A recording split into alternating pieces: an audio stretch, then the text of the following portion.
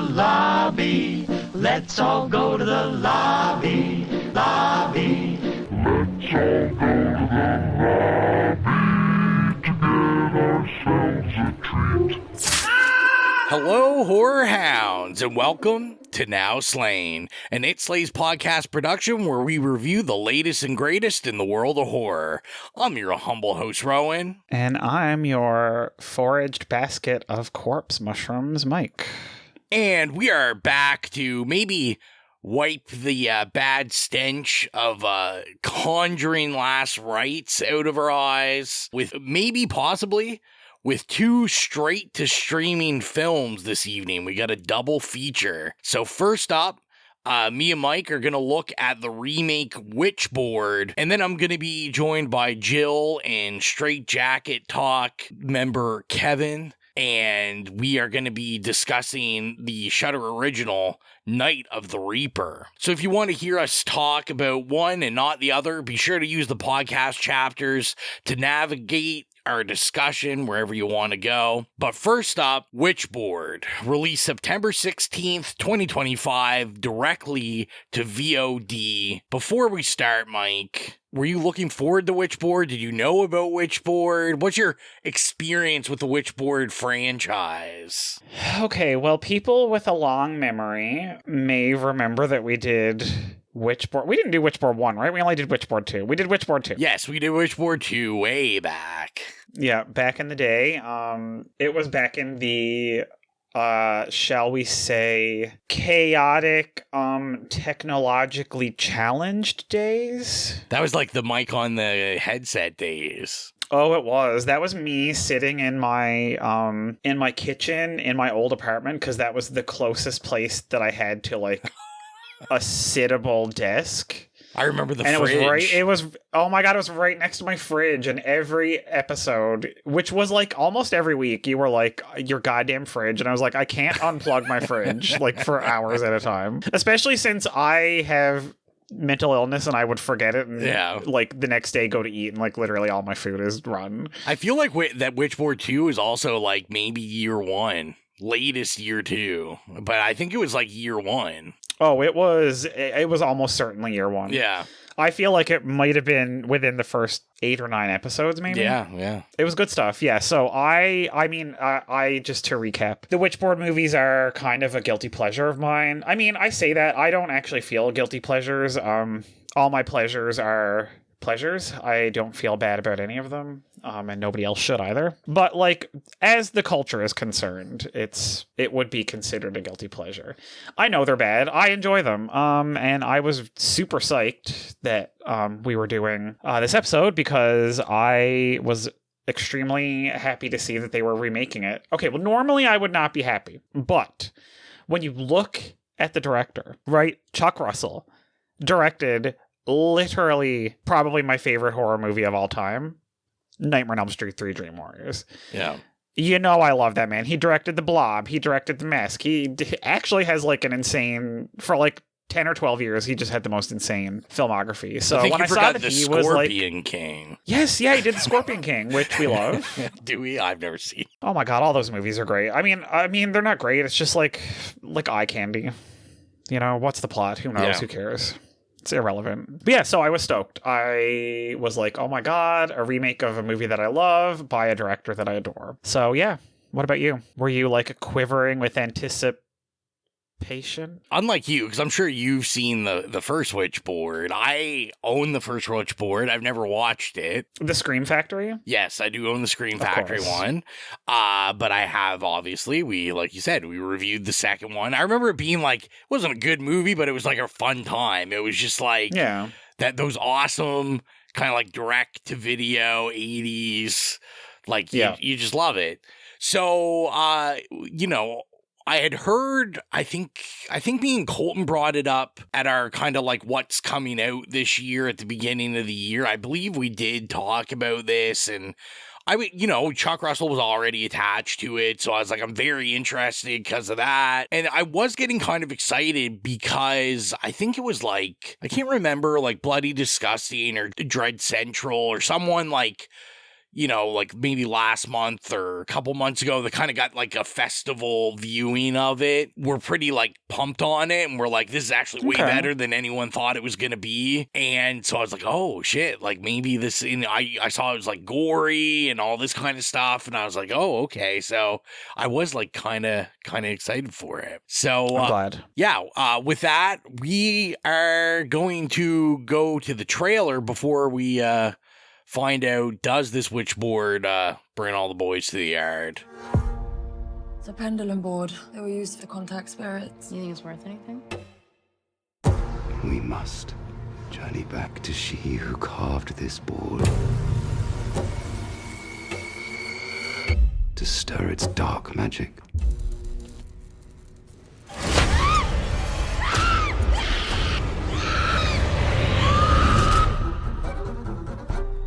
Tell me about the board. Just feels like bad juju to me. You know so little, yet here you are. And I know so much. Where's Emily? There is such a thing as destiny, and hers is not with you.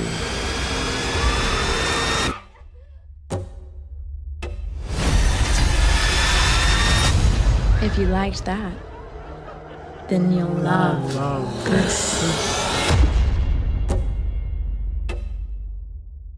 Witchboard is directed by Chuck Russell and written by Chuck Russell and Greg McKay, and the synopsis is as follows. A cursed witchboard awakens dark forces, dragging a young couple into a deadly game of possession, deception, and supernatural terror in New Orleans. So here on Now Slaying, we like to start with the spoiler-free section first. So Mike, you ready to kick us off with some spoiler-free tidbits? Oh my god, Witchboard? I speak and think in spoilers, so let's give this a whirl. We have to see if you can do any better or worse than Gill, who is right now holds the record for worst Now Slaying guess that spoils almost everything in the spoiler-free section.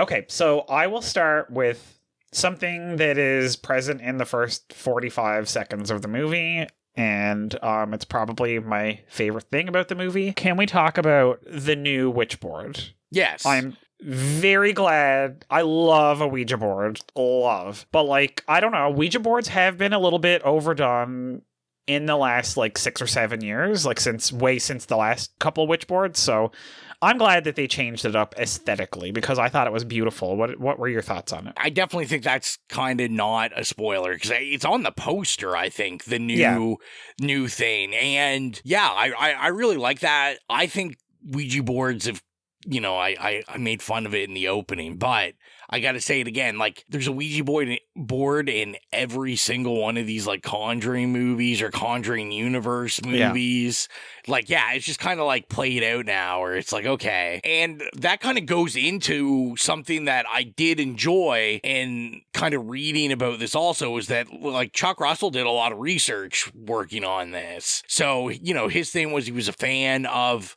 Witchboard, but he was like, I actually wanted to bring like some historical facts and history into Witchboard about actual witches and like practices.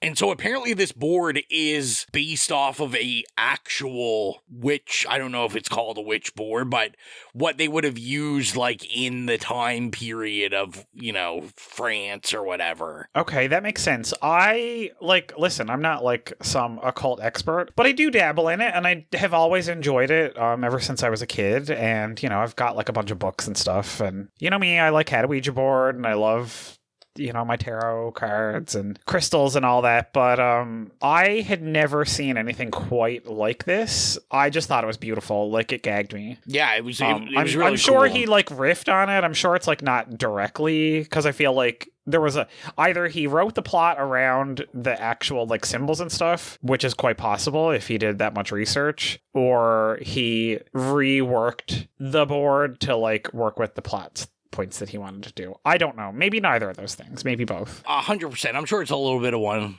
column A, a little bit of column B there. Yeah. I'm kind of like you also. I make fun of Gill, but I try to really dance around in the spoiler-free section. Like, some of my quick spoiler-free notes of this is I'm always very worried when it's like a straight to VOD release. I did see this had a very, very limited theater run. I think it played in like 500 theaters for like 1 or 2 nights, like made like $400,000, and then they yanked it out and put it onto VOD. Yeah, they were probably contractually obligated to do a theatrical release, and so they just dumped it in a few and then went, okay, let's put it out now. But I think it's interesting that even with kind of those constraints, like I thought visually it kind of had like a style. It kind of, I thought like Chuck Russell really gave it like a feeling and a vibe that I was like somewhat down with. I was like, okay, sadly, I don't think necessarily, this is set in New Orleans, the original set in California, which I know he discussed was like his big selling point of this, because he was like, what do witches in California, like they have nothing to do with California, where he wanted it like in New Orleans, where there actually was history of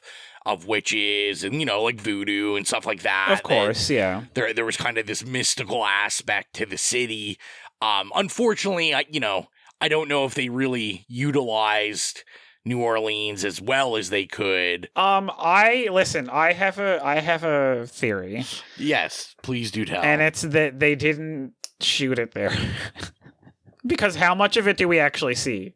Only what's right outside of their restaurant. Yeah, that is kind of true. And like I don't know. It's well, that very well could be, because any of the shots of like outside New Orleans, it's very tight. You're seeing like one building with like one sign that easily, they could have just disguised somewhere else.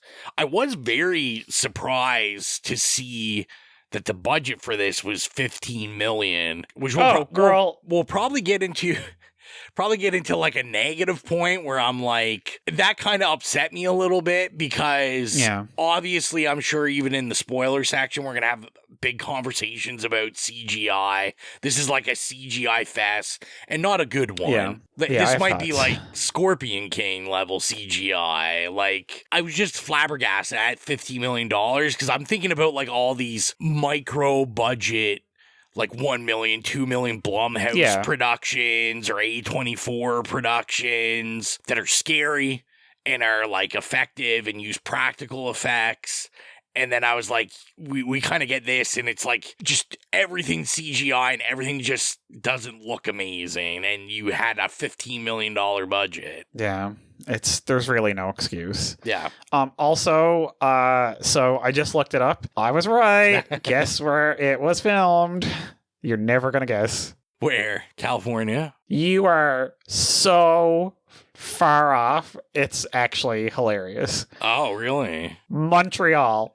Oh. It was shot in Canada, in Montreal. I knew it. So they still got the French vibe. Yeah, they did get the French vibe. I should have known that, actually, because I did see like a tidbit that the museum is McGill University. Oh my God, that's hilarious. I applied there. I almost went. Yeah, it's like an actual museum in McGill that they've got set up that they shot. Oh, God, I should have known that. I thought maybe they just shot that part there. So that is apparently that's her. So they probably inserted like some like skyline shots that were like maybe stock footage or something of New Orleans, because there was a couple like kind of from the POV of like the window, so I'm sure those were like stock footage or something that they shot quickly to insert in. Like I said, my real big thing with this was the CGI, and I'm really dancing around almost like the major plot point in this, because I think this Witchboard movie is very influenced by another franchise, and I'm not going to say what it is, Because I feel then you're like, oh, okay, well then, like, I feel like it gives too much away. I promise the beginning of the spoiler section, I will say what I think that is. But, I get what they're trying to do. They're trying to, they're trying to hip this up, get people interested. I did see, like, Chuck Russell said he would be interested in doing sequels to this. I'm not sure if that's going to happen. Who knows? But as bad as the CGI was, I'm going to be honest, like, I thought overall for, like, this VOD product, like, I still had, like, a fairly good time. I thought a lot of the beats were good. It had this weird, like, even though it's 2025, like, it felt how I view directly, I'm thinking about like Leprechaun 3, like a direct to video type thing where it's like a good time. I don't expect from like the mid to late 90s. Yeah, like late 80s, 90s. Like I don't expect those to look amazing, and I have a great time with them. And I was just kind of like, maybe I just got to get used to the version of that now is going to have some bad CGI in it because that's where they can cut the costs and do all that kind of stuff. But like there was stuff about this that I thought was a riot. Like I thought some of the actors are really bad. Like, I thought there was some horrific acting in this. But, like, I also thought there was, like, some very good high points in this. Like, Melanie Jarnson, who plays Brooke. I thought she was Brooke was great. Fantastic. I even thought Madison Eisman, who plays the lead Emily, I thought she was really good in this. Not so much her love interest here. I thought he was kind of boring, but... What? I was like, no, he was way better than her. Oh, you liked him? I wasn't a huge fan. I don't know. Maybe I was just, like, dazzled. I don't know. Yeah. The eyes Honestly, got you. It's quite possible that I was. Anyway, we're not going to go there. Okay, he was fine. Okay, That's listen, you can have your own opinions on it. And then, to me, like, I think kind of the name draw, because I didn't really recognize many people in this. I know the guy played Richie. I think he's, like, one of the kids in Ozark. I've never seen that show, but, like, I know that's... I know him from something. I just can't figure out what it is. To me, the kind of big name draw on this is Jamie Campbell Bower, who is from Stranger Things. He's like the big bad villain in Stranger Things, Vecna. Yeah. And I really, really enjoyed his performance in this. Like, I thought it was super hammy. It's exactly what, like, this kind of story needs. He knows what he's in, Yeah, he knows what's going on. My other want out of this is, I don't know about you, but, like, I wanted a little more Witchboard in this. I wanted a little more, like, I remember Witchboard 2, girls are getting tossed around their apartments, like, by, like, ghosts or something. I don't see anything, but this I thought was, like, too much show.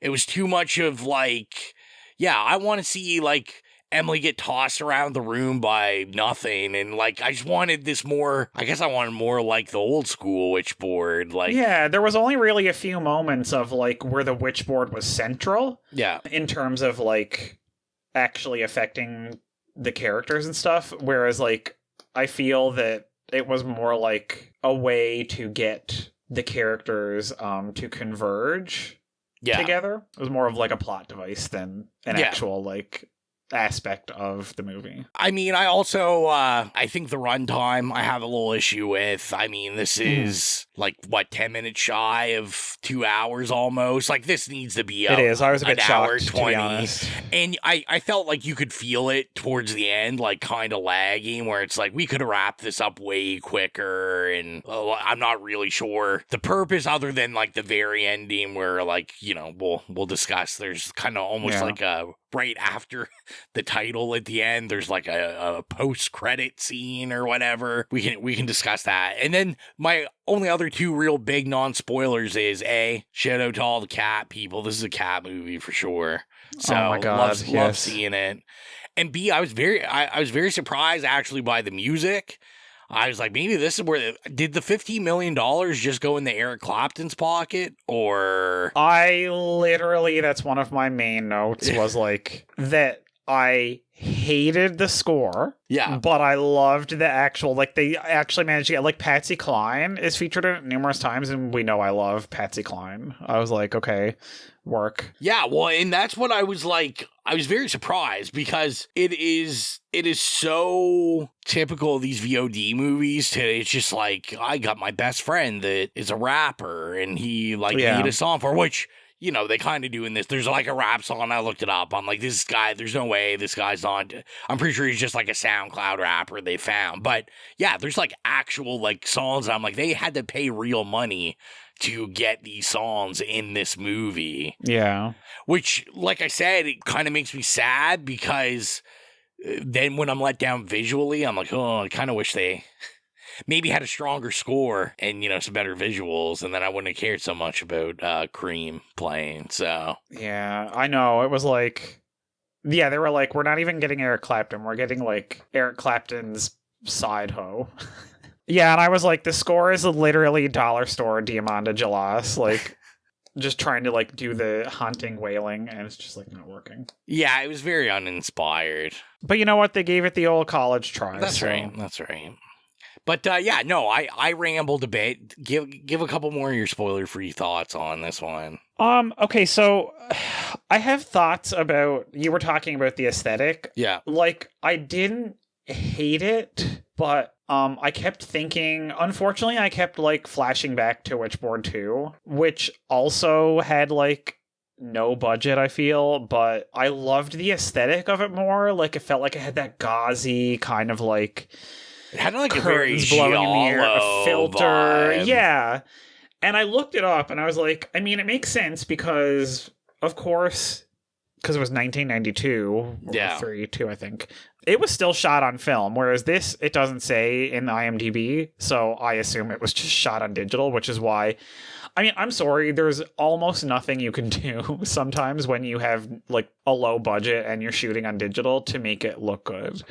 Like, you really gotta, like, put your whole fucking pussy into, like, the lighting and the atmosphere, because otherwise it's just gonna look kind of like a TV show. Yeah. Not an expensive TV show, like a network TV show, like shot in front of a live studio audience. Yeah, and I'm looking now, Yaron Levy is the cinematographer, and I mean, to be honest, it's pretty much just like straight to streaming horror movies. Yeah. The only thing that I really enjoy this person did was Sick, that like slasher COVID movie, yeah. that came out in COVID, which I thought was fantastic when we did that on Now Slaying. But like, other than that, like, you know, the biggest thing they've done is the Jay and Silent Bob reboot movie. Like, they haven't really done. I didn't even know that existed. So yeah, not a lot. Yeah. So what did you think, like, about the women of this film? Okay, so I mostly loved them. I found Emily to be, as I usually do about the main people, the most uninspired of the bunch. I found that they tried to flesh her out in the writing, but I think they tried somehow both too hard and not enough. Because I won't get into spoilers, but I found that they were trying to do shades of, like, the Evil Dead remake with her. And give her, like, kind of a really, like, kind of darkish backstory, but it really just seemed like a plot point to set up a kill instead of actually servicing her character. And I don't think the actress was great. Brooke, I loved. Yeah, Brooke was fantastic. Like, you texted me earlier and said, like, so cunty, and I was very proud of you because she is cunty. She was serving, beautiful accent, beautiful hair. Like, she was, I think she carried the movie. Because every minute that she was not on the screen, I was waiting for her to be on the screen. Yeah.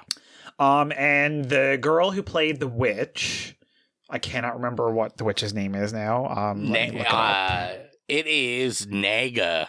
Naga, yeah. Naga Soth. I feel like that name could go wrong if you misheard it. Yeah, it just sounds too much like Sephiroth from Final Fantasy VII. I found I actually really enjoyed her in the earlier flashbacks, from when she was, like, just sort of like, I want to call it, like, a kitchen witch. Yeah. Helping people out with, like, herbs and like spells and stuff, and then, you know, obviously she goes dark. Spoiler alert.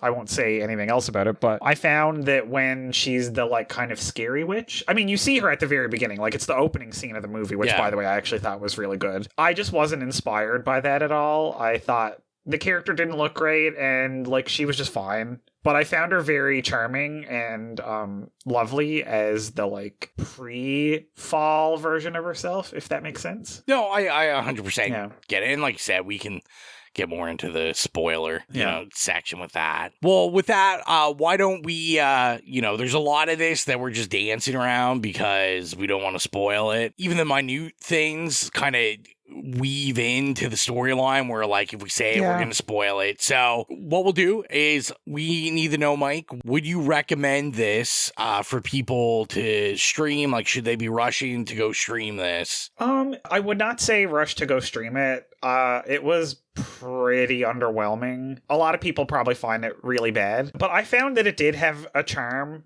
in spite of itself. So I would definitely like put it on my watch list on Letterboxd. Yeah. And if if it gets added to like a streaming service like Shudder or something, definitely put it on while you're folding up laundry or something for sure. What about you? Yeah, I'm kind of the same. Like, I think, obviously we're doing it to review it. I don't know if you're like running to do this, but to me, like, if I'm looking for something to watch, it's like 2 a.m. Like you said, I'm doing like chores or something. And I'm like, oh, like Netflix added this, or, like Amazon added this. Yeah. Like, sure, throw it on. I thought I saw very two kind of apt descriptions of it. I saw someone talk about this being just like, it felt like an R-rated Disney TV movie, which I thought was kind of accurate. And then it was a lot of those kind of comparisons. Then someone was like Witchboard, but make it Hallmark and R-rated. Oh my god, that's so funny. I was thinking the same thing, but my comparison, which is in my yet unpublished Letterboxd review, is that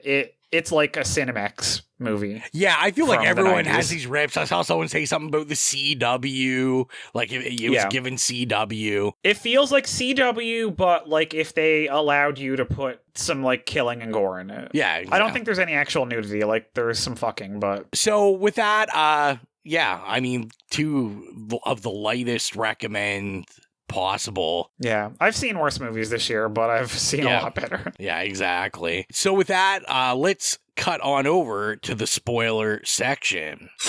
So we are now in the spoiler section of Witchboard. If you don't want to hear, or you haven't seen this and you want to wait, pause it, go watch the movie, come back, or keep listening if you simply don't care. So I said off the top, I thought this was inspired a little too much by a horror franchise. Okay. I thought it was interesting because I did feel you said the Evil Dead 2, like it had this Evil Dead-ish. I thought we were a little too inspired by Final Destination. Oh my god, yes, the kitchen scene in particular. Yes, like this was very like, we're going to look at all these things in the room and they're all going to be... I have Chekhov's meat cleaver written down at least 4 times. Yeah, like we're going to show things like that are malfunctioning, but our characters aren't really noticing, or they think they can stop it. And then all these things are going to happen that we saw set up to then cause a death. And I was just like, yeah, I just feel like Final Destination is so in vogue now again, and that's great for Final Destination. Yeah. But I'm just like, the ideas for that franchise, it's not for Witchboard. We can get a little, like I said, I want to see some more just, people being tossed around rooms by specters and... Yeah. Curtains blowing and things like that. And the witchboard exploding or flying across the room and decapitating somebody. Like, my god, please just use the witchboard. It's like they kept forgetting and they're like, oh yeah, it's called witchboard. Quick, show it for 10 seconds. Yeah, well, and that was the thing. The witchboard just really didn't have a lot to do with it, which was really a shame. And because it was aesthetically pretty. Yeah, exactly. And that fucking pendulum being a finger and then, plot twist, it's her finger. I thought that was actually one of the best parts of that movie. Yes, and that's a great reveal. Like, that's a great introduction to the lore. And I mean, who knows? Maybe that's how they worked back then. Like I said, Chuck Russell said he did a lot of research because he really wanted to see this franchise rooted in like real witch history and stuff like that. Well, I mean, and when you look at like kind of witchcraft and this supernatural and like the occult and stuff, there is usually an element of, you know, if you invoke something, you have to pay a price. Yeah. Right? So using the witchboard, the price is you must sacrifice your finger. Yeah, exactly. Right? Like, yeah. I mean, 100%. And yeah, it's just, not enough witchboard. And, you know, I guess we can describe now that we get we're in the kitchen, we're seeing everything. Because this scene commits so many faux pas for me of Richie, our character, it's the guy from Ozark. You know, basically he gets his hand cut off. And for some reason, we get the hand jumping at the screen like it's a 3D movie, but it looks so terrible. Almost all the blood in this movie is CGI, from gunshot wounds to the hand being cut off. There's very little. When she gets her face whipped. Yeah. I feel like when they slit the guy's throat at the beginning, I think that looked pretty practical. Yeah. But that was like a close-up shot, right? So. But yeah, a lot of this, and it's like, it's like what I expect in like 2023 Steven Seagal movies now. Like, I made this movie. You know what the CGI blood reminded me of? What? And this is both a compliment to the original and a bit of a slight to this. It reminded me of like 300. Oh, see, I've never seen. You know, 300. they're like the battle scenes. Oh, there's always like this CGI blood splattering everywhere, and like the spray and the splatter looks good, but like as blood, it's just unforgivably bad. Yeah, but like that's what it is. It's very much like the aesthetic of like 2006. CGI action movie or whatever. Yeah, I mean, I can see that. Like I said, that, I mean, yeah, that's exactly what I kind of was alluding to with the Steven Seagal, because his movies now look like 2000s action movies, because that's all he can really afford. I haven't seen a Steven Seagal movie since I have, unfortunately. I was 13 years old. Yeah, that's not surprising. I did have a real big question. Like, I also was very confused when we first get introduced to Emily. They're like foraging for mushrooms because like this plot of they're opening this restaurant, because apparently we're also like, not only do we like Final Destination, we're really influenced by The Bear apparently in this, where we got like these hardcore cooking scenes, which I'll also discuss. But I was noticing Emily like hiking, foraging, but she's in these like high heel Doc Marten boots that I'm not really sure while we're wearing these, while we're like in the woods. It just seems like the wrong kind of fashion going on for that. Yeah, I'm not into the like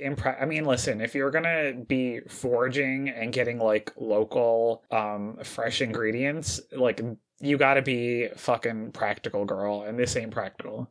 You're going to be getting messy and dirty and sweaty and gross. Yeah, exactly. It's a messy job. You need to, not be so dressed up or anything. My other kind of issue also, and I did bring up the boots like for a reason, was kind of wardrobe in general. I kind of wish the wardrobe was like a little more witchy. There wasn't a lot of like, you know, I could have done with some like 90s gothic looking people. Mm-hmm.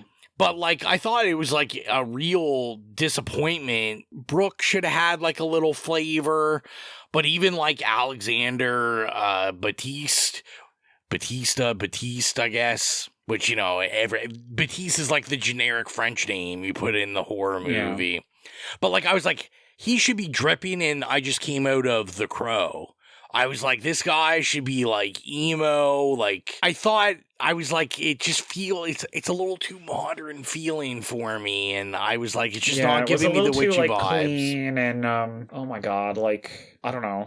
Forever 21 or something. Like, yeah, well, it's the characters. Shein, wardrobe by Shein, you know? Well, and it's just like, this was my issue kind of with Emily, which I think would have worked better is like Emily and Christian. That whole gang is like, they're so not witchboardy. Yeah. Which would be cool if they're kind of like brought in, you know, forced to be brought into this world so everyone around them is kind of, you know, giving those looks. But yeah, it didn't work. The melding didn't work. The one time I thought it did work was where she's kind of like getting possessed And I did like the scene where he goes out with Brooke and he comes back and then she's like in the lingerie and the candles are going. Because I was like, this feels like in like 80s, early 90s.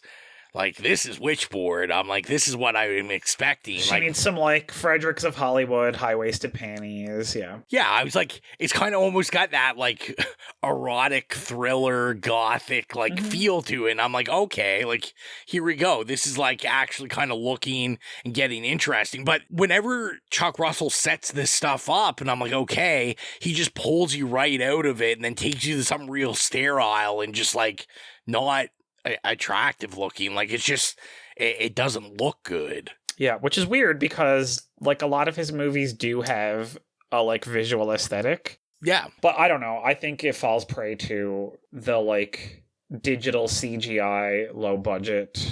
Right, which is fine because, I mean, a lot of directors are capable of kind of using that to their advantage, but I just don't think he does it here. I think he doesn't know how to. I think he's used to having more to work with. Yeah, well, and that's kind of what I thought, because like I said, to me, I'm thinking about all these kind of new up-and-coming directors that are able to do so much with $1 million, and I'm just like, this screams like a director that's used to the days of like, oh, you're doing this low-budget movie, here's like $30 million. Yeah, exactly, which was nothing, which is peanuts in like 1990, right? Like, but now he's getting this $15 million, which, like, you know, one of these hungry A24 guys is like, that's rich people money, and like, yeah, he could make X Pearl and Maxine out of that. Yeah, like, and where he's like, oh, maybe he just, you know, had a bigger idea for where he thought the budget was and where it could go. And it kind of sucked because, like I said, there's little scenes that I thought were practical or seemed practical to me that I was like, this looks fantastic. Like, I thought even like the quick shot where we get the guy's body and he's got the mushrooms growing out of him, but the like hairless cat comes out of his stomach. Oh my God. Like, for what? For what? I was like, this looks good. I was like, I'm pretty sure this is practical. This looks awesome. And I was like, this is the kind of stuff like that you could do that I'm like, all right, like now we're cooking. But it's like going from that to then going to, you know, to the stupid like cutting hands off scene or like the stuff that just looks so fake.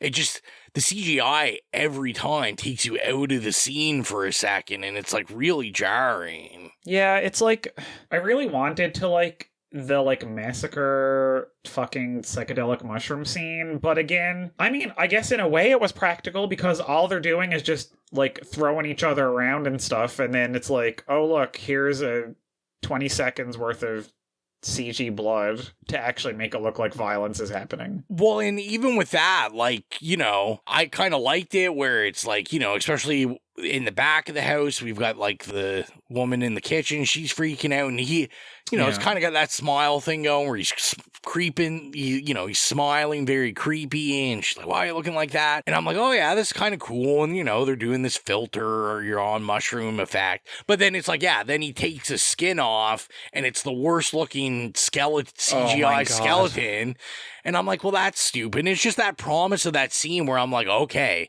a restaurant, these people are tripping out. Let's do some, if this was the 80s, we'd be doing wild shit right now. We'd be like in society. We'd be like people jumping into people or something and crawling out of their buttholes. Like, I would have loved Brian Yuzna to do this movie, to be honest. Yeah, me too. Just saying.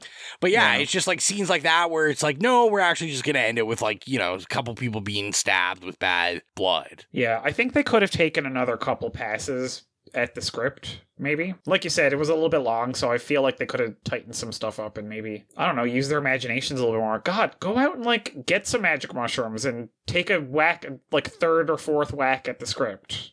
And then a few days later, go at it again and go, okay, what can I keep from my mushroom trip? Edit. Exactly. And I mean, like I said, overall, I feel like there's not a lot to spoil in this because, you know, there isn't that many kills, really. It's all done in like these swaths of nothingness. I feel like, you know, so we finally get this kind of like body swap movie at the end. Yeah. Because, of course, the whole plot of this is this witch from back then is trying to, come into the time, Emily's body and send Emily to her body so she can be the one that gets killed. Yeah. And I just feel like, which is fine with me, but by the end of this, like we said, they're rushing so many of these plot points, even though it's gonna... I know, I'm like, how did this witch even know? Like, none of this makes sense. Yeah, no. And you know me, I love, like, a nonsensical plot, but I was just like, what's the purpose? Like, how did she know? Why? Yeah. How can she come into the present and not be like, what is all this? I'm from the 1600s. Like, she's just like, oh, let me take you to my restaurant with like a food truck outside and like telephones and like, please, this bitch will be like having a fucking meltdown. Yeah, she'd have no idea what's going on. And like, I also thought it was kind of, you could tell, I feel they knew it was rushed and cheap because they had to do, when they swap bodies, that you, for a little bit, you get to see Emily back then, so that it's like, this is her, right? And then that just kind of makes me feel like, okay, so you think I'm stupid as a viewer, so you gotta like over explain this is what's happening. And show her looking into the reflection in the that also looks terrible. Pail of water. Yeah, it was garbage. Mama, it's garbage. It wasn't great. And then, yeah, like there was this grand finale, and I'm all like, all right, let's get on board, we're rocking and rolling. And yet again, just people getting stabbed or shot. Like, we're not doing anything cool with witchcraft or the board or literally anything here. And I'm like, it's just the whole third half to me really like lets this down the most. It was, they didn't have anywhere to go with it. I can forgive it, like the first 2/3 of it, I can forgive it, like the CGI, all that. Like, if the ideas are there and you kind of land the plane and you're like, you know what, it didn't look great, but it was silly, it was fun, great. But yeah, it's just like, this kind of fizzles out and they kind of forget about the witchcraft. And it just turns into like we're like a cult in a mansion, and then we're just like stabbing people. I don't know. They were like, okay, we need the whole climax to be like stuff that, like, we ran out of money. We need to rewrite the climax and make it so that it's stuff that we can just do in post in like 2 days, which is, disappointing. It's just like, to what end? And then, of course, I guess just quickly we can talk about, Witchboard comes up on the screen at the end, and then they have like this immediately after that, they have like a post-credit scene. I guess Russell's influenced by the Marvel movies or something. And as I said, he has voiced his opinion that if this was successful, he might be interested in turning this into a bigger franchise. I'm not really sure how that's going to work out for him. But yeah, so, we basically get Emily and Brooke have like, teamed up because Christian is dead. Christian is end. I like to think maybe they got in a relationship together or something. Just bypass Christian. Me too. I'm just like, when are you gonna kiss? Yeah, and they sell the Witchboard to the Vatican. They go visit the Vatican, and Brooke's got some connect, so a priest buys it, and then we end with the worst ending of like a jump scare where he's tempted to use the Witchboard, and then the ghost of Nagasoth like jumps behind him and grabs him, but it looks terrible. Like, it looks CGI. I'm kind of assuming maybe like the actress just wasn't there to film that. Oh yeah, they tacked that on at the end, and she's like, so can I film this over Zoom in my closet? And they're like, yeah, sure, just put up a garbage bag and we'll green screen it. It looks terrible, and it's just kind of weird because none of this movie is really jump scare-ish. Like, they don't ever really rely on jump scares. So I just thought it was kind of weird and felt cheap that it's like, oh, we got to end it on this like stinner jump scare. Yeah. And I was just like, yeah, that's very unfortunate. That's the movie as a whole, though. Did you have anything else to talk about for the spoiler section? Not really. I kind of feel like we hit all the main beats. Yeah. All right. So let's get in to rating this. So if you're new to the program, our rating system is nay, okay, yay, or slay. Mike, what are you going to give 2024, I guess, is the date that it was done, but 2025's Witchboard. Okay, listen, it was mostly a miss and a huge missed opportunity, and I don't know, I just feel like there was a lot about it that was bad, but like it's not the worst thing I've ever seen, and like there's some interesting ideas there. I'm gonna give it the like most base okay, bordering on dipping down into an A, but it's not like, you know what, there was a few moments that like I enjoyed, and you know, like it had some great music, not the score obviously, it had some great licensed songs, and it had potential, and I feel like in the hands of a better producer and bigger budget, it probably could have been better, and if they'd taken a couple more passes. So yeah, I'll give it like a bare okay. What about you? Lay it on me. I'm kind of coming from the different end. It wouldn't be crazy. I'm like, slay. How's this not slay? No. I'm coming in where, to me, it's like a real high nay for me. Like, it's almost an okay. I'm falling down from the top. You're coming up from the bottom. Yeah. There is certain things, like I said, like the kind of like the sexy scene with the candle, some of the witch stuff, definitely the look of the Witchboard, all that. I like that stuff. The stuff that actually should be in this movie called Witchboard, I like. It's all the other stuff, the Final Destination stuff, like the other nonsensical plots that I don't care that they've ripped from the bear. Like, and jumping back and forth in time, like...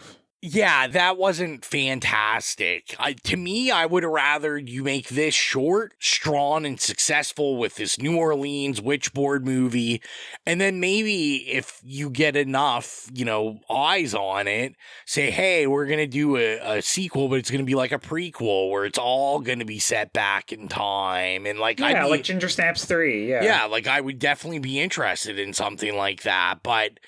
Yeah, I just felt they didn't do a good enough job bouncing back and forth between it. Yeah, so an okay and an A. I feel like that is going to put this where it should be for the average. So with that, we will flip on over to our next film, which I will be discussing with Gill and Kevin. And now I am joined by Gill. Hey. And we welcome, for the first time on any It Slays Anything, we have Kevin from the Mouths of Madness and Straitjacket Talk, where he also has to put up with Gill. Yep.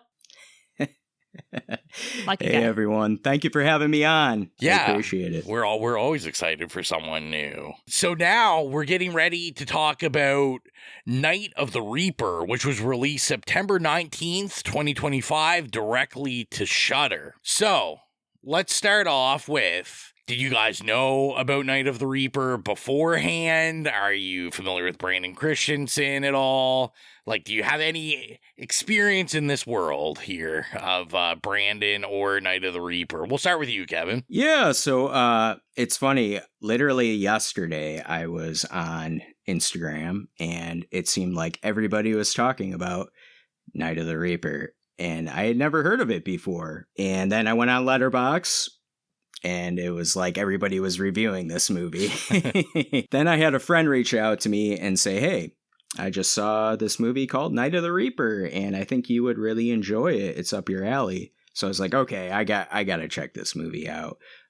So yeah, I had never heard of it before yesterday. And the director, I had heard of another movie he had made, Z, correct? Yes. Yeah, okay, yeah. I hadn't seen it, but I've heard of it before. So this was like kind of just a brand new movie for me to really dive into, which I like because, you know, then I have nobody else telling me really how to feel on it, so I can kind of go in without any expectations. How about yourself, Jill? That's smart. Yeah, I only know about it, honestly, because of you two. I don't know who told me about it first. Rowan messaged me and said, you have to come do this episode on Night of the Reaper or I'll shoot you.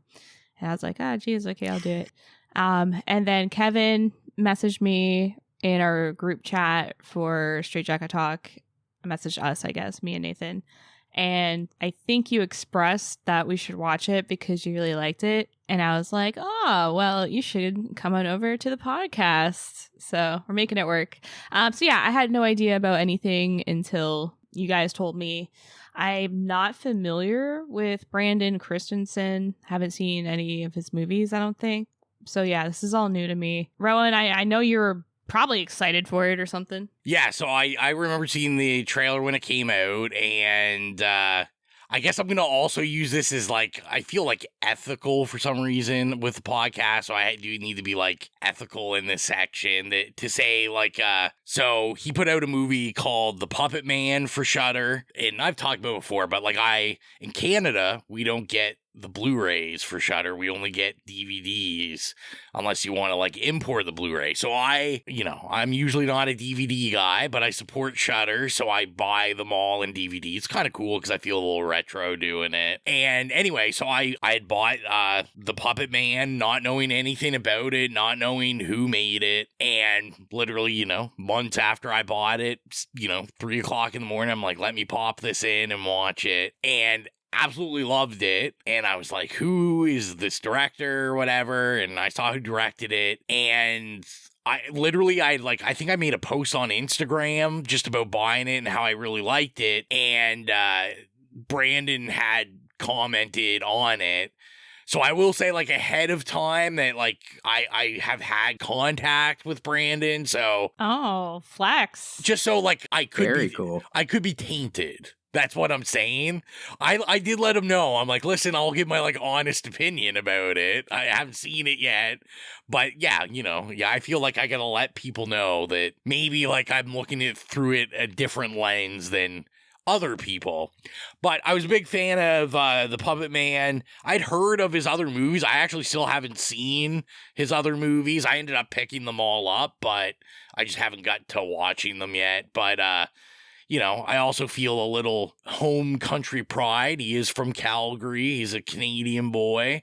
So, I'm like, just let's go Canadian horror. So, but yes, I was very excited about this slasher set in the 80s. I mean, come on, that's you. We're cooking with fire here.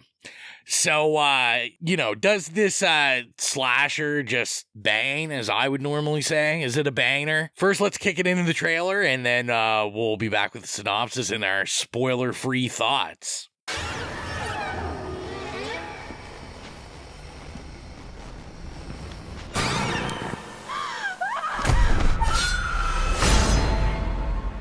This showed up on my porch this morning addressed to you. Night of the Reaper. It's so great to see you back in town. I really appreciate you helping out tonight. Hey, Max. Hello, Dina. Let's play hide and seek. Are you downstairs? Are you in the dining room? Hey, Max. Are you outside? They're showing us this for a reason. There's a clue somewhere. What's this? That's the basement. We don't go down there anymore.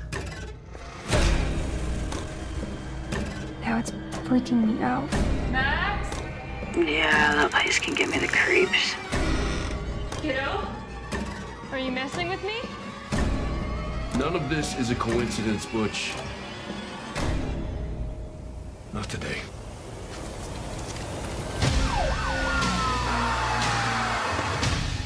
Willis, what did you do?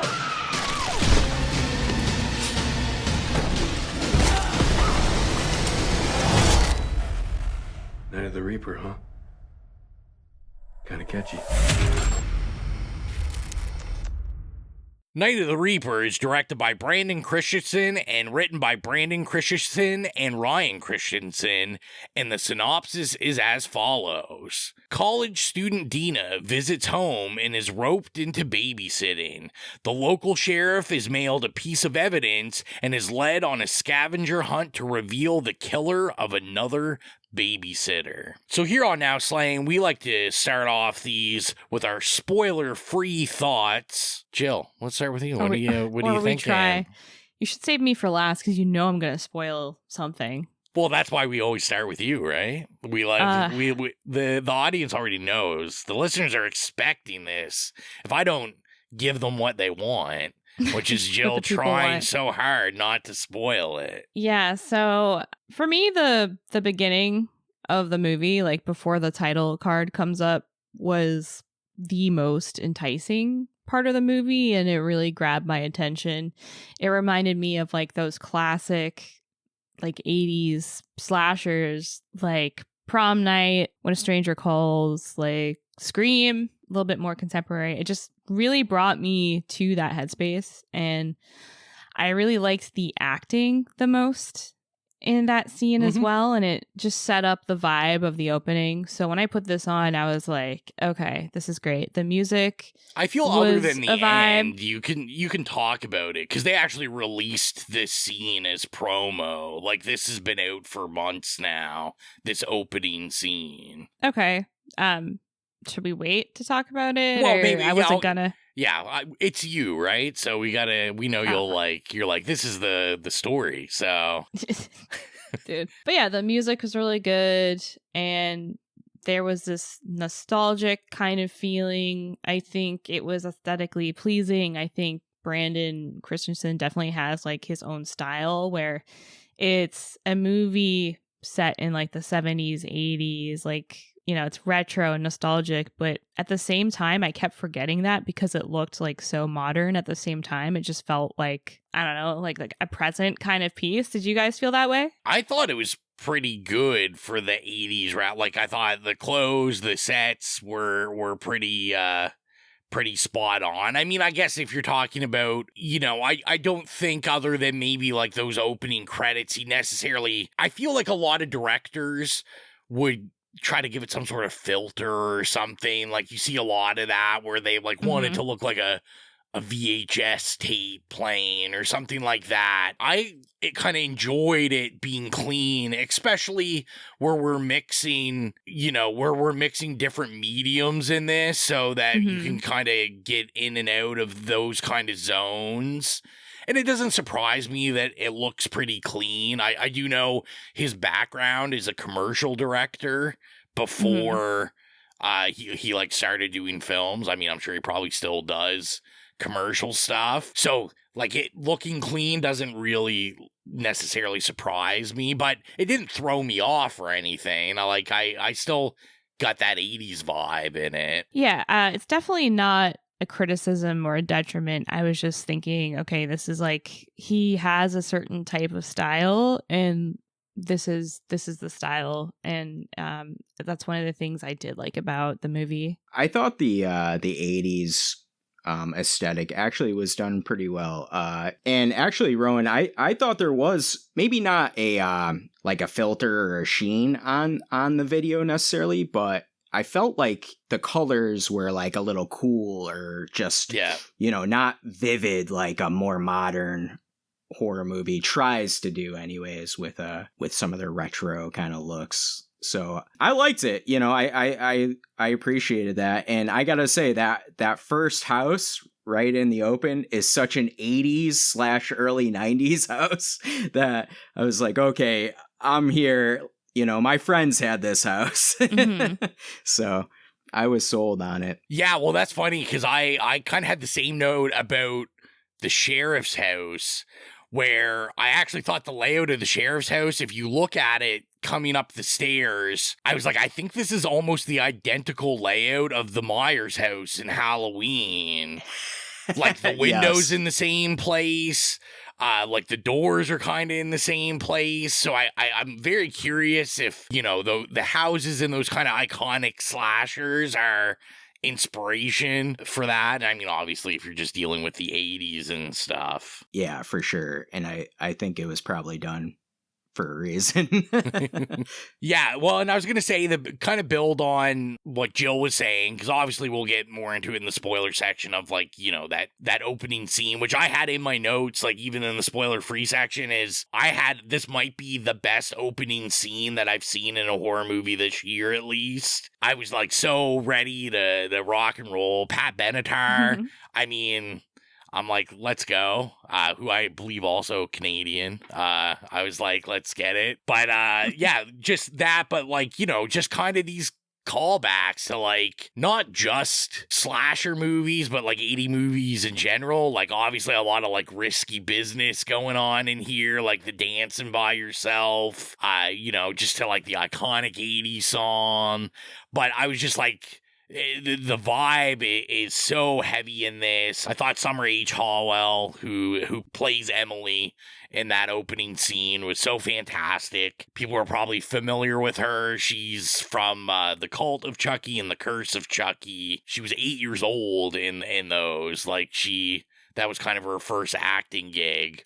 So I guess maybe we're like approach. She's trying to get her Scream Queen on and just keep it going. But like, I thought the acting overall in this was very good. I mean, I'm always dubious. I always give Shudder original stuff. Like, I always give them the benefit of the doubt because I do like the company, what they do. But like, there's a lot of trash that that gets up there. Not my style. And I thought the acting was pretty good overall. Like, Ryan Robbins is the sheriff, who I thought Jill would have like a little soft spot for. He's from the Warcraft movie. I saw that. I have no idea who his character is. I don't know anything I don't think about he's Warcraft, a big character. so, yeah. I love that fucking movie. So I was like, at least they did that. And then I was laughing because like Elizabeth, who's played by Keegan Connor Tracy, I literally watched a movie yesterday or the day before that she was also like a co-star in, which is really random because it was like a direct-to-video Wesley Snipes and Jason Statham movie. So I was like, oh, that's kind of weird. But, and I thought Jessica Clement was also fantastic. I think the world in general is probably going to wish that Emily was the main character in this. I think she's got that. Yeah. I mean, she's got whatever it is. Like, it's just, but I do, it's very Scream-esque, right? Let's kill that very It star lead right off the bat. Yeah, Drew Barrymore. For sure. Or Rose McGowan. But that was actually one of my drawbacks for the movie, was that I loved Summer H. Howell, who played Emily. I was so sad when she wasn't in most of the movie because I just wanted her back. And I didn't really care for Jessica Clement, who played Dina. I don't know if it's like the way her character is written. I don't know if it's her as an actress. I think she's a good actress. I just think the character, I don't know, there's something off-putting about her. Maybe that's intentional, to kind of like plant the seed that, there's something off going on here. But yeah, she just like kind of gave me the creeps in a way, and I just didn't like empathize with her. And I just wanted Emily back because she was so enticing. I understand that. I'm trying to be very careful because I know I will probably end up trying, spoiling something in this section. So I can get why she, compared to Emily, that Dina could be a little off-putting as like your kind of protagonist, but I'll go into further why I think she works overall. Like, I kind of get what I think they were going for. I mean, who knows? I have no inside information on that, but I thought it was pretty effective for a lead in general. I was gonna say I'm just looking at my kind of spoiler-free stuff. Obviously, I feel like the section's not gonna be huge in this movie because it is a whodunit. So we kind of are skating around. You don't want to say, oh, it's not this person, it's this person, or whatever. But I did have a big note on the score. I was like a really big fan, not of just the licensed music, but I thought the score was really strong. Mm-hmm. And I mean, there's no way. I don't know your feelings of other movies, Kevin. I know Jill's, but I mean, there were some scenes that I'm like, is this disaster piece? Are we in It Follows? Like, what's going on here? And I do have inside ball on that one, that it was actually a trio that did the score, because I Google AI'd it as I was watching it this evening, and it told me that Brandon had done the score. So I had messaged him. I'm like, did you do the score also on this? And then he was like, no, that's not. I don't know why it says that. Whoa. And then I'll give him a shout out. It's a trio: Michelle Osis, Terry Nen, and David Arcus. Hopefully I didn't butcher their names. But he was telling me that they're actually going to be releasing the score on Halloween. I take it as an album. Like, you'll be able to actually get it. But I thought the score was super strong. And Very I mean, cool. if you're going to have an 80s slasher, you got to have a strong synth score. Mm-hmm. That's kind of the same discussion we had. What movie was it that we watched? It wasn't Totally Killer, was it? I think it was something else. That's a good one. Where the soundtrack wasn't it. It might have been Totally Killer. I feel like Totally Killer, they had like some all right needle drops, but then it was like... They went over the top. Yeah. You know me, I like not that, not that Heartbreaker or something like that isn't easy cut, but I don't hear it all the time. I hate the ones that are like, we're setting our movie in the 80s and we're going to play you the 5 songs that were the top 5 songs of the 80s. And it's like, awesome. Yeah. I get to hear this in every 80s movie. I need to do a little work. Yeah, I mean, I think that's what's good about this, though, too. It's like, they don't hit you with all the big needle drops of the 80s. They hit you here or there just to remind you, like, hey, this is the 80s, but, we're also going to do our own thing and not overdo it. And I appreciate that, because I think a lot of more modern movies that are set in the 80s, they just hit you over the top. And it's like, whoa, this is too much.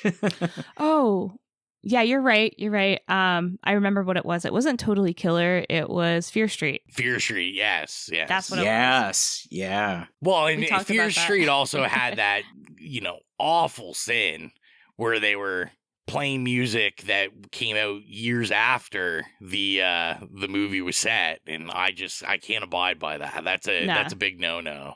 Yeah, it's messed up. You can't do that. Yeah. Yeah, you lock yourself into a time period. You got to play the music. That's it. And they were playing like music that didn't fit the scene too. Well, like they played Closer from 9 Inch Nails and like a weird scene. Yeah, that is super weird. That's right. Listen, we're talking about Night of the Reaper. You're gonna get me into an argument about the new Tron movie. I can't have 9 Inch Nail fans coming after me. So, dude, the new 9 Inch Nails music for Tron is amazing. But sorry, back to Night of the Reaper. We'll agree to disagree on that one. Oh, but okay. Night of the Reaper. Has appropriate needle drop. I will say I also really enjoyed the kind of different mediums used in this. Obviously, we're using like a normal filming method, but we're also encapsulating found footage throughout this. And I like movies that do this. Obviously, I think the most effective time this is done is Sinister, is like, notorious for this going into the found footage out of it.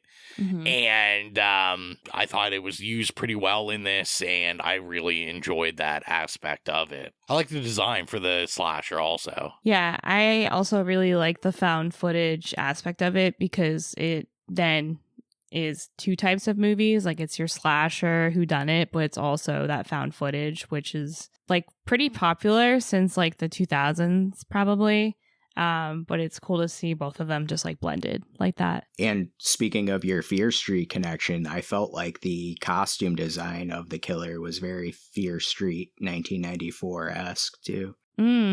Yeah, that mask. Which isn't a bad thing. I love that mask. That's one of my highlights of the movie as well, especially the shots where the mask is kind of hanging out in the background and you just see like the high points of it and just like the color of it, the structure of it, the way that it looks in the light in the background. I don't know. It is like kind of frightening, but it also looks really cool. Yeah, it looked fantastic. And I think most people probably wouldn't really think about it, but like, I feel like mask choice not only is it important, but it's probably extremely hard when you're coming down to it, because, I feel like the people that do it wrong are like, I need the craziest mask possible. Mm-hmm. It's got to be like very intricate, where to me, something like this, where it's like, okay, like I could go into a Spirit Halloween and this would be like the Spirit Halloween, like branded, like it's a pretty cheap to buy. And I'm like, because realistically, like, that's probably what some killer is buying. It's like, let me just grab this mask. Mm-hmm.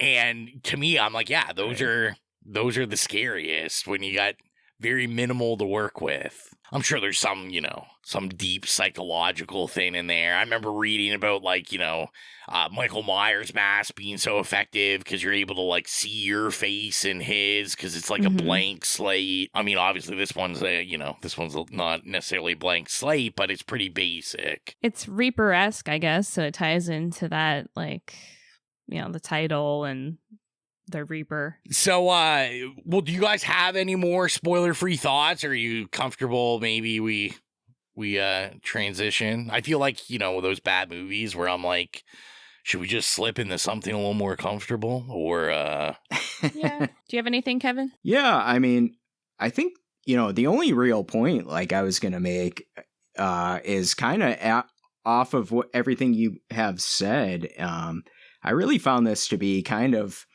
a blend of Halloween, Scream, some of the VHS movies, obviously with the found footage and things like that, and even going as far as like I Spit on Your Grave. I know it's a little bold, but it has some of those vibes, especially towards the end. But the original one or the remake? See, I've only seen the original one. Oh, so if I drop a "Show Me Your Teeth, you pretty little show horse," then that reference won't hit. I mean, it's just another Tuesday night, right? Yeah, I mean, I say that in my regular. Actually, that's sad because I think me and Auxiliary say that to each other more often than a couple should, just because we saw that movie. But maybe you should say it. Maybe it's a thing for the bedroom. Oh, this is a whole different podcast now. Sorry, I interrupted. Continue. Dang. No. So I mean, I think, obviously it draws comparisons to Halloween for the surface level babysitter, situations.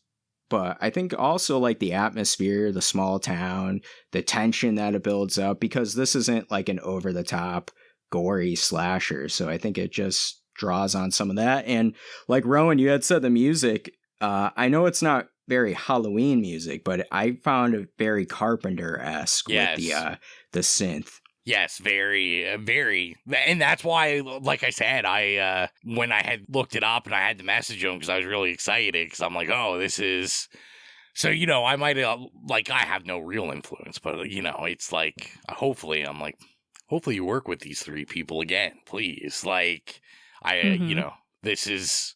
Bangers. This is the vibe I want. Yeah, this is the vibe I want. For sure. And like, I think this is actually like a cool movie, I think, to watch around this time, Halloween and fall. So I think it's a perfect time to watch and talk about this one. Yeah, I was going to say the last thing I guess I'll say off of that too is it's interesting the movies you brought up, because as I was, earlier today, I was, just like looking up what I could about him, Brandon Christensen and the movie and stuff like that. I saw that when he had his movie Superhost coming out, that he did a thing with Letterboxd where he talked about like the 8 movies that like kind of influenced him as a horror filmmaker. And it just very coincidentally, you're naming off ones that are like on his list. Like Halloween was on his list, Scream was on his list, where you can like see those influences. We talked about found footage, Blair Witch Project, Paranormal Activity are both on his list.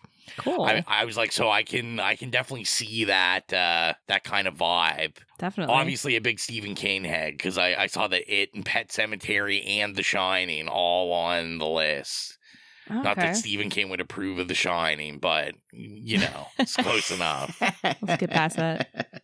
Well, why don't we talk about if we want to recommend it, and that way we can get on over the spoilers, so then Jill doesn't have to censor herself. I hate seeing her under pressure like that. I need her to let loose. Yeah. So, you're the guest, Kevin. Would you recommend people see this? Yeah, I think I would. I think this is a pretty high recommend for me. I had a good time with this one. So I think, like I was saying earlier too, around this time period, Halloween, this is, I think, a pretty perfect watch. How about you, Jill? Yeah, I would recommend streaming Night of the Reaper because just like Kevin said, this is one of my notes as well. It is spooky season. We just started, and this movie does set the mood for fall. I think it's something you can kind of pop on in the background if you have people over, or maybe it's something you can put on like Halloween night when you're giving out candy. But it definitely has that same vibe. And this is like one of those magical like horror feelings that I feel like if you know, like the feeling of putting on Halloween, especially on Halloween night, it just gets you like in the mood, seeing the trick-or-treaters, like seeing, Michael Myers doing creepy shit. This had that same kind of magic for me with that opening scene and also just like seeing the town during the fall. And so I think it's a really good fall flick. I don't think it's something like to take too seriously. You know what I mean? It is pretty like a low stakes kind of slasher, but it's perfect for this season. So yeah, I would recommend it because it has that classic slasher formula with that blend of found footage, and it's something that's newer, so you can kind of add it to your roster. What about you, Rowan? Yeah, I'm kind of like Kevin. I'd give it a pretty high recommend, and I like to think that's with no bias. Like, I actually really enjoyed watching this, and it's kind of everything you guys said. Like, I think we're getting into the perfect, it's spooky season, the weather's changing, the leaves are changing. These are the kind of movies you want to put in, Might be number 2, obviously, I've always stated, well, you got to start your spooky season off with Christine. September is Christine time, but, I think this is good. Babysitter movies are always good for October. Like, It's the sickness in me. I just want to see babysitters killed, so... Yeah, you know what? 3 recommends. There we go. So let's cut on over to the spoiler section. We are now in the spoiler section, so if you haven't seen Night of the Reaper and you don't want to get it spoiled, pause this, go watch it, come back, press play. But if you said, you know what, I'm not going to watch it and I don't really care about it being spoiled, you can just keep listening. We can't stop you, so the spoiler section, fellas, gals, folks. Now, Jill, you can be comfortable to not worry about him. Yeah, let's just talk about that opening scene. Like we talked about, very Scream-esque, also very Halloween-esque, and for sure. What's her name? Summer H. Howell. She just really shined in that scene. I just wanted more of her. She was so captivating. She's like the perfect final girl. So I was just like really upset that Dina was kind of like the protagonist of this movie because I thought she was really bland. But yeah, that opening scene, really cool. What did you guys think of it? Yeah, I mean, I like I said, I missed her. I think you hit it on the head. It's got that Scream. It's got that Halloween. It's got that risky business. She's up to no good finding the smokes, the house is a mess, hiding it, but it's got those great moments of, like the garage door opening and then her trying to like hide everything and, that build up. And then obviously, as these notes are being laid out, I thought it was really funny because, X was watching it with me, and the first thing X said is when the first note came, she's like, that's not grammatically correct, right? Oh my God. Yeah, apparently her and that little kid thinking the same thing.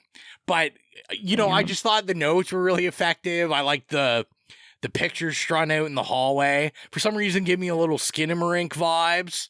So I'm always down with some Skinamarink vibes. But yeah, I mean, I love like, these little deke outs. They're not necessarily like jump scare stuff, but they got the little, the Reaper like running by the mirror and stuff like that. Like they have enough, I think, to keep all different kinds of horror people pretty happy. And this is the first example of the great use of like that found footage of the camera setup and people like watching their own deaths essentially on camera, which is just a great idea. Yeah, I did think about Sinister quite a bit when I was watching this, and that's great. But the other thing that you just talked about, like, it was so realistic. I used to babysit so much in my youth.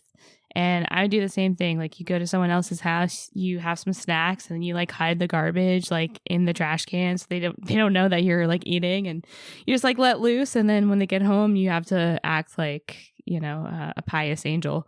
But all of that was really fun, and I think she nailed it on the head. And also that kid, that's what kids are like. Like, you go over, they're going to be playing their stupid little game for hours, you know? But I think that's later on in the movie. But Kevin, what did you think of the opening scene? It's funny because when I was a kid, I also had a garage door very similar to this one, and it would open every once in a while because it would, like, somebody else would have a signal and it would just randomly open. And that brought back those kind of vibes of like, oh shit, like, no one's here. That's creepy. Kevin got hit with the trauma. It was affecting his PTSD of flashbacks, garage openers. For sure. And it always interrupted my Pat Benatar dancing, which I oh no, can't have that. You hate when that happens. You hate when that happens. Oh my goodness. Yeah, I mean, I think this whole opener is tension, right? It's setting up because it's playing with the audience. It knows what the audience is expecting and what they're not expecting, and that's why I think it is very Scream-esque too, where you're subverting the expectations a little bit here and there. I almost got like a like supernatural vibe for like a minute there too, especially with the closet, and then when the reveal is with the camera on and the Reaper's in the TV and behind. I was kind of like, whoa, a little bit taken back. Like, what's going on here? I don't know if you guys got that at all. Or yeah, that was actually. Just me. Yeah, I thought the same thing. And then, of course, obviously, like, as we go through the story and it becomes this whodunit, and, you know, when we get to the end, like, I thought that was a good, especially at the beginning of the movie, distraction for me to be like, oh, wait a second, are we actually dealing with a supernatural entity? And to me, especially, you know, The Puppet Man being his, like, most recent movie before this, which was, like, this mixture of, like, possession movie with Nightmare on Elm Street, like, dream state, killing people in dreams and stuff. So I was like, oh, like, you know, he's got this supernatural thing going, and like, he, you know, okay, this might be his vibe. So to me, it was like a good deke out for me, because I was like, oh, wait a second. No, this could be anyone. Right. I was going to say, too, like, you know, we see Emily get killed, and then we get, like, the camper or whatever that gets killed in the second kill in it, in the woods. I just want to say overall, like, I thought the kills actually looked pretty fantastic in this. You guys are on this half, so you haven't heard the first half yet, but Witchboard, that it was before this, all CGI, all terrible. And, you know, this one you could tell it was like practical effects, and which were just like really done well enough that it just highly impressed me. And it doesn't surprise me. Like, I know that, Brandon Christensen is like a visual effects artist also. So, okay. Like it was just kind of funny because he worked on a movie that we recorded and never released, because it's just a whole thing. But Little Bites? Little Bites. He worked on Little Bites? Yeah. He was a visual effects artist for that. Oh, we love Little Bites here. But no and one also knows a about visual it. effects artist for probably like one of my favorite Shudder exclusive influencer. So yeah, I think yeah, listeners can't see just all the notes on Little Bites that you'll never hear. Maybe we'll someday we'll visit it. Yeah. Do it on the main episode. But yeah, I thought that all the kills looked fantastic. Obviously, we get like a big special effects display towards the end with the exploding head, which fantastic. Like, did not see that coming, and just as I'm sure he didn't. That got him. Yeah, I can't. I gotta stop just ranting and raving. It's practical effects. Just keep doing them in your movies. There's no other reason to we love it. Not do them. I think too, this is a perfect example of a little goes a long way, because, you know, you have the build up to that big set piece explosion at the end, but, you know, you didn't go all out in other scenes, so it really made that one pop. Yeah. Literally. See what I did See there? what you did there. I like it. Can we? The whole rest of the episode, listeners, is just us making exploding head jokes. So hopefully that's what you're here for. That's what you get. What did you guys think of the twists? The whodunitness. Yeah. I liked it. I liked it. So my one kind of issue with it was, I think as we were coming into the third act, it seemed a little muddled to me at first. Now, I did manage kind of right before we kind of get to where we get like Elizabeth tied up and like, okay, she's the Reaper. Like by the time we got there, any kind of qualms I had all the wires untangled from the board, and I was like, okay, I got this all straight now. But there was literally just like this 1 or 2 minutes where I found they were like trying to do a lot of like, who is it? And like, what are we doing? And, you know, and at that point I was like, oh no, like I really hope this doesn't, you know, lose it for me and it just gets way too muddled. But I thought they kind of, you know, they spring rolled out of there. So, like, how about you guys? Did the whodunit work for you guys? I definitely thought it was like 8 million different people throughout it. So, well, I mean, I think that's what makes it great, right? Yeah. Is you're guessing up until the end, and I really thought it was going to go the way of Dina being the actual killer, or you know, or maybe another killer or whatever. And because, like Jill had said earlier, she wasn't a huge fan of Dina because she was just kind of vanilla and a little bit, you know, not she's weird, charismatic, or a and little bit bland. playing it up, you know. Yeah, she's bland. But I think she was bland for a reason. Yeah. And this is the reason, you know, because of the twist. Like, they wanted to set it up, and I think they did it properly for me. Actually, too, one of the things is right before the reveal of the twist, and they're going through the sheriff's house, and they're kind of doing some of the same spooks they had done in the opening, where the doors are opening little by little.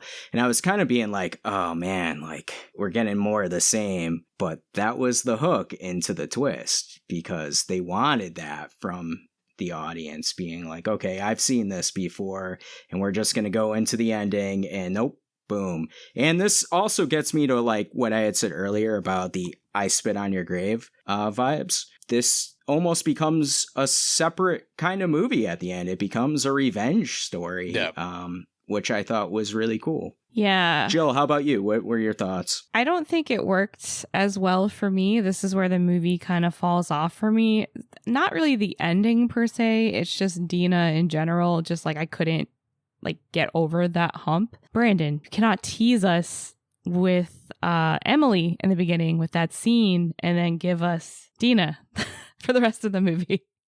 You can't tease us like that. It's not fair. Yeah, I just couldn't, I don't know. I was so hung up over that. I was like, okay, I really don't care for Dina. So I don't really care like what happens. So when everything got revealed, I was just like so uninterested at that point, just because of her character, that I was like, okay, all right, she's the killer. Cool. But I don't know. I don't know what it is. I just don't like her. I mean, I can see it. I mean, just everyone just really loves Emily. So, you know, I understand that. Like I said before, like I understood it where, cause she was so bland and stuff, I didn't see that twist coming of like, oh, she's got a little killer in her too. Like, you know, she's kind of just as meticulous as the other one. And that's what I thought was like kind of interesting, because as they're, you know, as they show like, oh, she called the bomb threat in. This is her actually making the, because then I started going down the road of, like you were saying, Kevin, I'm like, oh, well, wait a second. Like, what if there's like 2 killers, but they're not working together? Or or if Dina has killed some of these people and Elizabeth's killed like some of the other people, like what if this is just like a killer off? And you know, I was like, maybe that's it. I guess it just didn't annoy me as much as you, like I said, just because of that fact, where I was like, I kind of like that. Mm-hmm. That I didn't see that coming. And like I went through everybody. Like at one point I was like, oh, it's definitely the sheriff. Like that maybe the sheriff's just nuts, actually, and, it could be this person, it could be that person. Like, I just thought they did a real good job of setting it up. The only kind of thing I wish there was a little more deep dive in was, like, obviously we find out, that they had, like, killed and videotaped the sheriff's wife dying or whatever.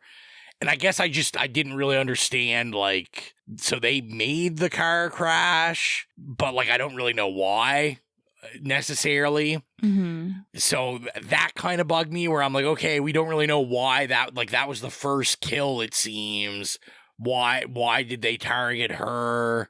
Like, what was the purpose of this? But then, when I think about that, I'm like, what do I argue about every time we talk about, like, some shitty movie on the podcast, where I'm like, I don't want you to over-explain it. I want to have to be confused and think and decide what's what. So I guess I can't complain that much because I don't know. And maybe, they always say a motivationalist killer is the scariest kind. So yeah.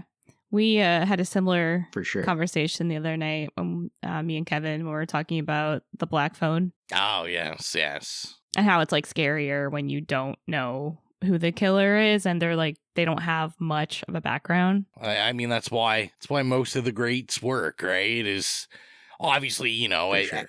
as they all get sequelized and franchised, they ruin it every time. But, usually it starts off with, like, someone you know nothing about. They're just killing people. And that's always terrifying. It's funny because, like, I was thinking kind of the same thing as you, Rowan. And especially, like, the VHS tapes. And I was thinking they left a lot of meat on the bone there as far as the mystery goes. And the killers and why they're doing this and why they're together. Because you get that random guy, Chad, with Elizabeth. Like, they seem to be kind of opposite people a little bit there. So not a lot of meat questions left on his bone. He's like a little henchman. Yeah, well, very Scream-esque. Very Scream-esque. Yeah, for sure. And, like, that's the other thing too. It's like, well, I kind of, when you want to know more about them and the exposition, then to me, the twist doesn't work as good, right? Because it's explaining too much and you're focused more on that stuff. So I don't know. I think you're right. I think it's good to be left with these questions. Yeah. I'm just going to say, too, Don't Fear the Reaper hits every time. Doesn't matter. Doesn't matter. Just hits. It's a banger. Also a callback to Halloween. Well, exactly. Halloween. I'd be very interested to find out his feelings on the original The Stand miniseries. Another great Don't Fear the Reaper Stephen King drop. Mm-hmm. Just a banger. That sounds a banger. It's a banger. Do you guys have any other spoiler notes that you wanted to discuss? Or are you good to get into rating it? Let's rate it. Unless, Kevin, you have anything? No, I'm good. So if you're new to the podcast, our rating system is nay, okay, yay, or slay. Kevin, we'll start with you. What would you give Night of the Reaper? Well, listen, I think I liked it better than most, but that's okay. I can't be on the It Slays podcast and not give it a slay. So this is getting a slay from me. Holy shit. Let's fucking go. Let's go. Yeah, I'm just going to go all the way with it. Why not? I love it. A man after my own heart. Uh-huh. I always say rate with emotion, not logic. It's overrated. That's what you got to do. Jill, what about you? Yeah, I'm not quite as enthusiastic, unfortunately. I went into this really wanting to love it as much as Kevin does.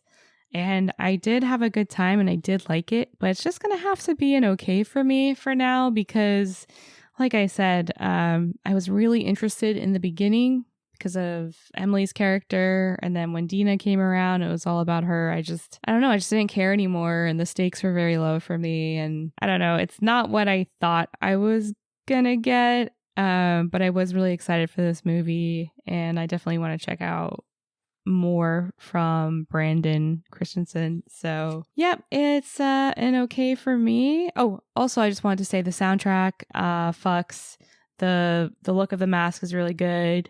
I liked that it had the courage to go for all those twists and turns, and I think there's definitely a sense of style there. Sorry, yeah, Rowan, what do you rate it? I also had written down a sleigh for it. I really liked it, and I gave my warning. I don't know if that's through my rose-tinted glasses, but I really enjoyed this. I was a pretty big fan of the Puppet Man when he did it, and I think this is like a big step up from that. I just think the filmmaking is way better.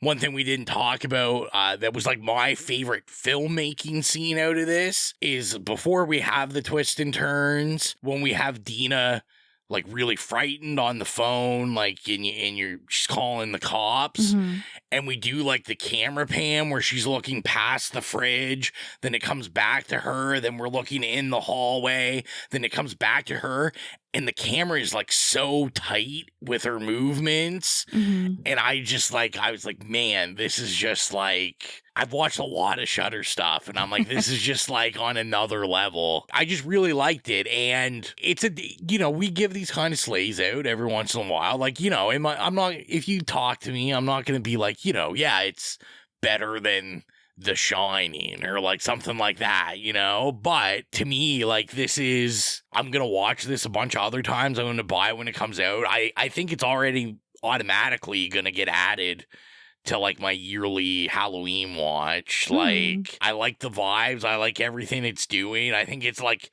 it's an easy watch, and that's kind of hard nowadays to get. I don't, sometimes I want to watch good horror that isn't like trauma dumps all over me, and it's not like some art house piece I gotta think about. Like, sometimes I just want like a pretty generic slasher that's got some style, got some vibe. So yeah, I'm gonna give it a sleigh. So if you're not doing so, you can follow the podcast on any social media at It Slays Podcast. We're on Bluesky, Facebook, Tumblr, Slasher, TikTok. I don't know, probably a bunch of stuff. Letterbox. I don't know. I'm always forgetting stuff. If you look us up, It Slays Podcast, we're going to be there. Jill, why don't you let them know how they can become wonderful horror hounds? Yeah, likewise, you can find us on Patreon. And if you want to join the ranks of our horror hounds like Holly, Nicholas, Sacrotype, Dan, Brian, Trevor, James, and Sam, head on over to Patreon. You can find us there under It Slays Podcast. Check out our tiers and choose the tier that works best for you. Benefits include early access to episodes, access to our Patreon exclusive show, Stream Screams, as well as the ability to choose a movie for us to review. Rowan, is Don't Fear the Reaper making it to the horrific playlist or what? I feel like it's already on there. I was going to say, yeah. Halloween time, when the score comes, I will make sure it's on the playlist. And you can find out when I do add that by going to Spotify, going to It Slays Podcast Horrific Playlist. If you have any problems finding it, you can go to any of the social media that I just mentioned, go into the bio, click the Linktree link. It'll take you directly there. We upload scores and licensed music from iconic horror movies we review, and horror movies we just love. So follow it. I update it regularly, and get your spooky music on, because why the hell not? Kevin, we gotta leave some room for you to promo some stuff. Let people know where they can find you, all that good stuff. Be a social guy. Yeah, thank you so much. Thank you again for having me on. You can find me and Jill on Straitjacket Talk on YouTube, alongside our good buddy Nathan reviewing horror movies, and that's at Mouths of Madness. I'm also a part of the Mouths of Madness podcast that you can listen to on all your audio platforms and find on our YouTube page as well. We also have a great Instagram page, and that's at mouths.of.madness. And lastly, I want to put out an open invitation to you, Rowan, and any of the It Slays members. If you guys want to come on Straitjacket Talk and talk some horror movies with me and Jill and Nathan, we would be happy to have you on. Yeah, I mean, I'm sure any of the guys are down. I'm definitely down. If you want to bring your podcast down a level, invite hooligans like us on, we'll definitely crash the party. Oh man, we got to make it happen. So next on Now Slain, I'm looking at the list now. Oh, it's going to be busy. Ooh, it's Stop it. I can see Gill. I'm like, Gill, there's so much stuff you got to go see. Colton's already cursing himself out. I can already tell. Maybe him. Maybe we're going to have a him at some point. Mhm. We'll find out. Strangers Chapter 2. I got to get someone to go see it if I'm going to end up going to see it. But I also see here we've got next week's busy. We got Good Boy coming out, another Shudder exclusive that's all shot from the perspective of a dog. Bone Lake, which has been getting like phenomenal reviews, a body horror sex romance movie. And I also see VHS Halloween is coming out next week. So I know Jill will definitely want to do that. Maybe I'll tell her she can only do that if she goes and sees him and Stranger Chapter 2. Fine. God. Double feature. Ruining my life. And I'm sure Colton will be back at some point to take over hosting duties for this thing. So until next time, I'm Rowan. Bye, it's Jill. Bye, it's Kevin. And if you keep listening, we'll keep slaying.